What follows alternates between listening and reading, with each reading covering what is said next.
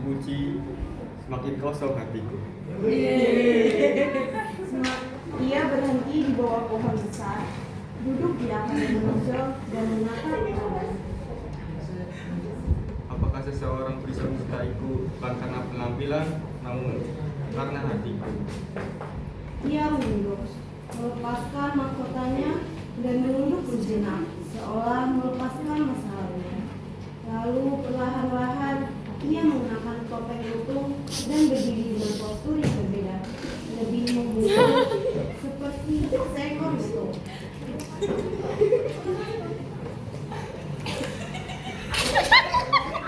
Seseorang yang mencintaiku karena hati.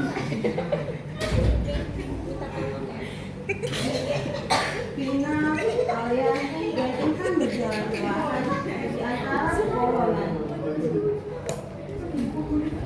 Sinar matahari menembus gelap ladang. Suara burung-burung bersama lembut. Kalian pikir apakah aku akan menemukan seseorang yang benar-benar tulus? Seseorang yang menerimaku apa adanya, bukan karena wajahku, bukan pula karena gelarku, tetapi karena hatiku. Tentu saja, dunianya luas. Siapa tahu jodohmu sedang tersesat di hutan ini. Benar itu, kadang cinta datang dari arah yang tak pernah kita duga. Mereka berhenti sejenak di dekat pohon besar. Tiba-tiba terdengar suara ranting patah dari balik semak-semak.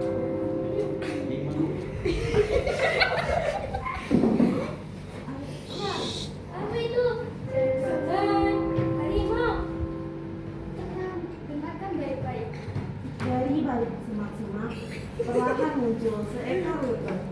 Dia tampak tenang, lalu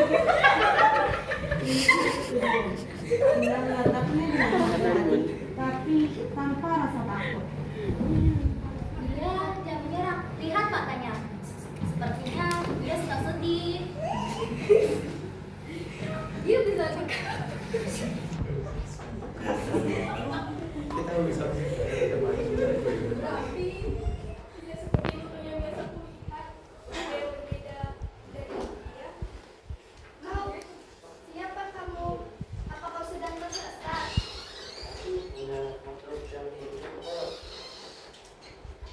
Keduanya saling berpandangan. Lalu Ina menatap Alfa lebih lama. Dengan mata yang jernih, dia penuh empati. Dia tidak takut, hanya tergerak.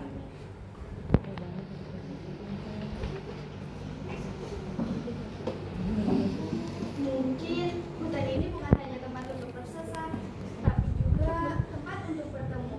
Kalau kau tak tahu kemana harus melangkah, kau boleh berjalan bersama kami. Alfa terdiam sejenak, lalu perlahan mengangguk. Gerakannya lembut, mirip seperti manusia. Ina tersenyum samar, lalu menoleh pada Alia dan Intan. Ayo, hari ini masih panjang. Mereka berjalan pelan. Alfa mengikuti dari belakang.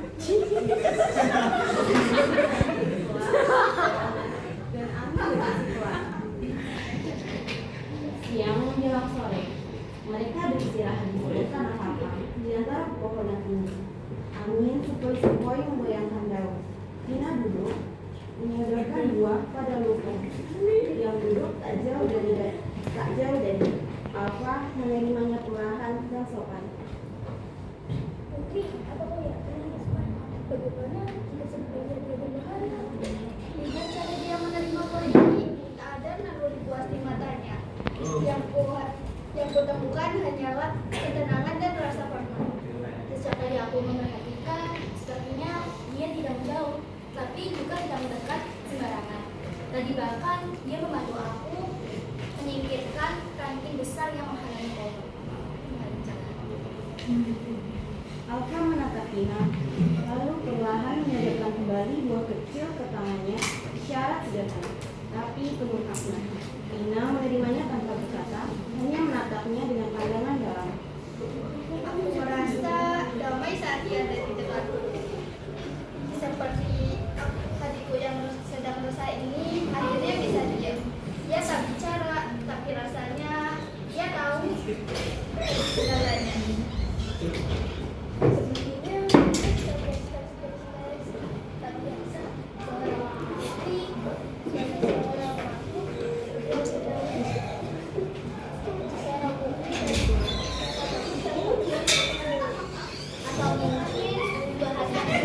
Alfa menunduk sedikit seperti paham. Angin sore berembus-embus, daun-daun bergoyang perlahan. Ketiganya terdiam sejenak membiarkan kebingungan gelisah. Pagi hari ini berakhir. Labu tipis menggantung di antara pepohonan. Burung-burung mulai berkicau dan sinar matahari muda menembus langkah daun. Ina duduk sendiri di sebuah batu besar, memandang jauh ke arah pepohonan. Alfa berdiri tak jauh di belakangnya, memperhatikannya dalam diam. Mengapa aku merasa kau membawa sesuatu yang kau tunjukkan? Seperti ada cerita yang tertahan di mataku. Alfa melangkah mundur ke balik pepohonan. Udara tiba-tiba menjadi sunyi. Cahaya sangat bercendak di antara dedaunan. Dalam keheningan itu muncul sosok laki-laki dalam wujud manusia. Wajahnya bersih, tenang, dan penuh kesedihan yang tertahan. Ia berdiri diam menunduk sedikit seperti kakinya. Kau siapa sebenarnya? Aku Lutung yang kau kemarin. Tapi bagaimana? Aku dikutuk jadi makhluk buruk rupa. Tapi memecah sini yang murung. Kau tak percaya siapa aku. Kau hanya berkata kalau kau tak tahu kemana harus melangkah, kau bisa berjalan bersama kami.